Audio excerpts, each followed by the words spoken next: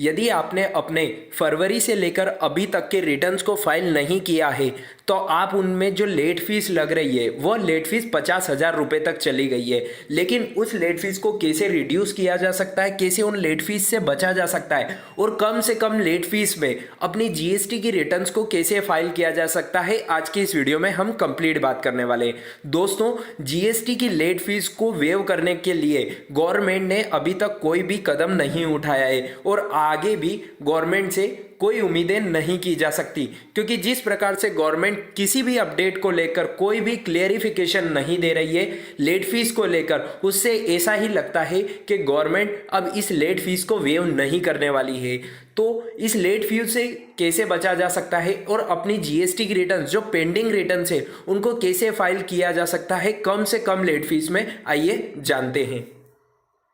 GST के अंदर जो लेट फीस लग रही है उसका एक चार्ट प्रिपेयर किया है। जी हाँ दोस्तों, यदि आप देख सकते हैं यहाँ पर जो भी पेंडिंग रिटर्न्स है, हमने पेंडिंग रिटर्न्स यानी कि फरवरी के रिटर्न से यहाँ पर कैलकुलेट किया है, जिसकी ड्यू डेट्स भी आपको देखने को मिल रही है और आज की डेट तक हम इसे कंसीडर कर रहे हैं। तो आप यहाँ पर नंबर ऑफ डेज भी देख सकते हैं और यदि आपका नील रिटर्न है तो आपको कितनी लेट फीस लगेगी और यदि आपके रिटर्न्स में कोई टैक्स की लायबिलिटी है तो आपको कितनी लेट फीस अब उस मंथ की पे करनी पड़ेगी। जी हाँ दोस्तों, जैसे कि सबसे पहले बात कर लेते हैं फरवरी के रिटर्न की। तो फरवरी मंथ का जो रिटर्न था आपके फाइल करना था, उसकी लास्ट डेट थी 20 मार्च 2020। लेकिन यदि आपने फरवरी के रिटर्न को फाइल नहीं किया है तो अब यानी कि आज की तारीख तक 232 दिन हो गए हैं इस रिटर्न को बिना फाइल किए। तो यदि आपके फरवरी के रिटर्न्स में कोई टैक्स की लायबिलिटी नहीं है तो आपको 20 रुपये पर डे के हिसाब से 4,640 रुपये की लेट फीस फरवरी के मंथ की लग रही है। और यदि आपके फरवरी के मंथ में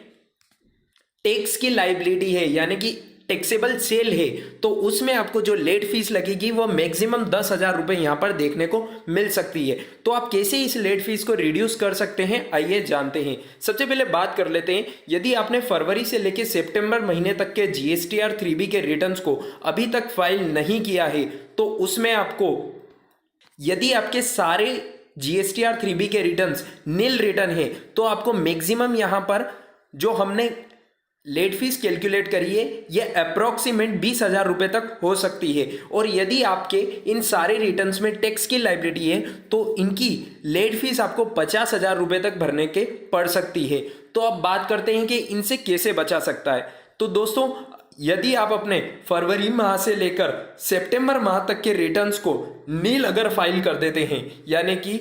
आप इन सारे रिटर्न्स को नील फाइल कर देते हैं और अपनी जितनी भी टैक्स की लायबिलिटी है वो अक्टूबर महीने के अंदर विथ इंटरेस्ट पे कर देते हैं तो आप लेट फीस से तो बच सकते हैं और इंटरेस्ट की लायबिलिटी आपको ज़्यादा नहीं आएगी। वो डिपेंड करता है अलग अलग टैक्स पेयर की अलग अलग टैक्स लायबिलिटी के ऊपर। तो दोस्तों, ये एक इंपॉर्टेंट अपडेट है। जैसा कि आप देख सकते हैं यहाँ पर यदि आप ये सारे नील के रिटर्न फाइल करते हैं तो आप सिर्फ 20,000 रुपये की लेट फीस के साथ अपने सारे रिटर्न को फाइल कर पाएंगे। और यदि आप टैक्स लायबिलिटी के साथ पे करके अपने सारे रिटर्न्स को फाइल करते हैं तो यहाँ पर आपको लेट फीस 50,000 रुपये तक की लग सकती है। इसका अगर आप डिफरेंस देखें तो यहाँ पर मिनिमम और मैक्सिमम आपको यहाँ पर 30,000 रुपये का डिफरेंस देखने को मिलेगा। जी हाँ दोस्तों, 30,000 रुपये की लेट फीस को आप यहाँ पर रिड्यूस कर सकते हैं, लेकिन यहाँ पर चॉइस आपके पास है कि आप उन्हें नील रिटर्न फाइल करना चाहते हैं या नहीं करना चाहते हैं। तो दोस्तों, ये एक इंपॉर्टेंट अपडेट्स थी आप सभी के लिए, जो लेट फीस को रिड्यूस कर सकते हैं आप अपने जीएसटी के रिटर्न्स के अंदर और अपने रिटर्न्स को नील फाइल करके नेक्स्ट मंथ में उस लायबिलिटी को विथ इंटरेस्ट पे कर सकते हैं।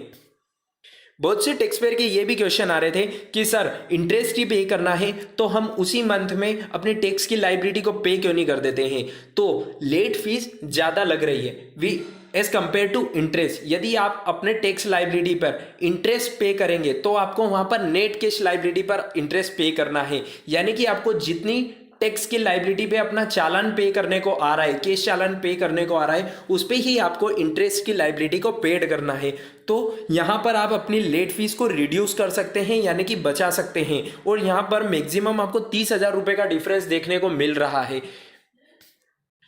तो दोस्तों उम्मीद है आपको ये हमारी लेट फीस रिड्यूस करने की जो ऑप्शन है वो पसंद आई होगी। अगर आपको ये लेट फीस रिड्यूस करने की जो हमने प्रोसेस बताई है ये आपको पसंद आई है तो इसे और भी अपने टैक्स पेयर अपने दोस्तों के साथ शेयर करें ताकि सारे टैक्स पेयर इसका ज़्यादा से ज़्यादा बेनिफिट उठा पाएं और इस लेट फीस को रिड्यूस करके अपने पेंडिंग रिटर्न्स को फाइल कर पाएं। चलिए दोस्तों, उम्मीद है आपको ये